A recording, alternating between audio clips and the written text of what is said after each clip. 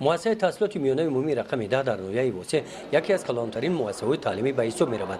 در این مؤسسه تعلیمی 1533 نفر خوانندگان به تحصیل فرا گرفته می‌شوند.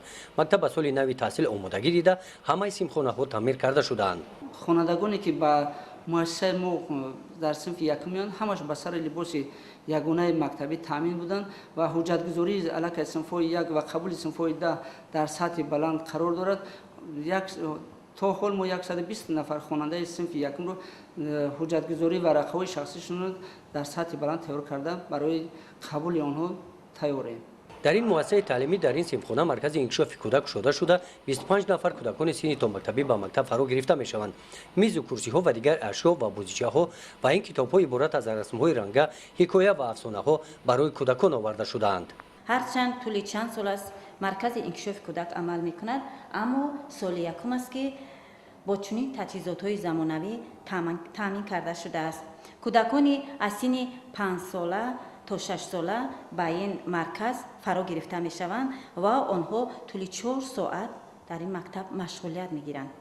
شاید سوال به میان آید که غیر از آن تجهیزات‌هایی که به چشم عیانند، باز در اینجا چی و کدام با دیگر اشیاءها آیا تامین هستند؟ البته تمام کتاب‌های بچگانه، تمام آلبوم، تمام پچکه‌های قلم، پلاستیلین تا قیچی برای کودکان ما تامین کرده شده است. ورقه‌های سفید، عموما همه آن چیزی که برای مرکز انکشاف کودک در کار است در اینجا تامین است.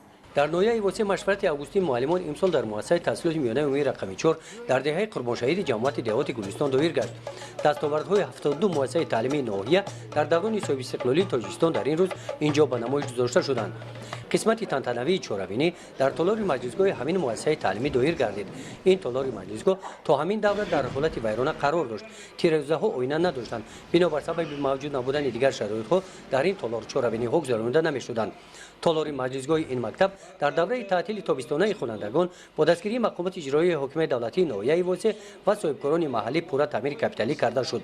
برای گذراندن چهاربینی‌های سطح ناحیوی ولایتی و اهمیت جمهوری داشته در تالار شرایط‌های مساعد را مهیا نمودند. در مشورت اوگوستین معلمان برد و باخت ساحه معارف ناحیه جنببست کرده شده قید کرده شد که همه مؤسسه‌های تحصیلات عمومی ناحیه به سال نوی تحصیل پورا آماده می‌باشند. در جنبست چهاربینی با معلمانی که شاگردانشان در آزمون‌های فنی ولایتی و جمهوری اشتراک نموده و نتیجه‌های خوب نایل گشتند، آنها با افتخارنامه مقامات اجرایی حکومت دولتی ناحیه واسه قدردانی کرده شدند. گزارش خواجه نظریف خدای نظر ظهورов از ناحیه واسه برای برنامه اطلاعاتی نوید.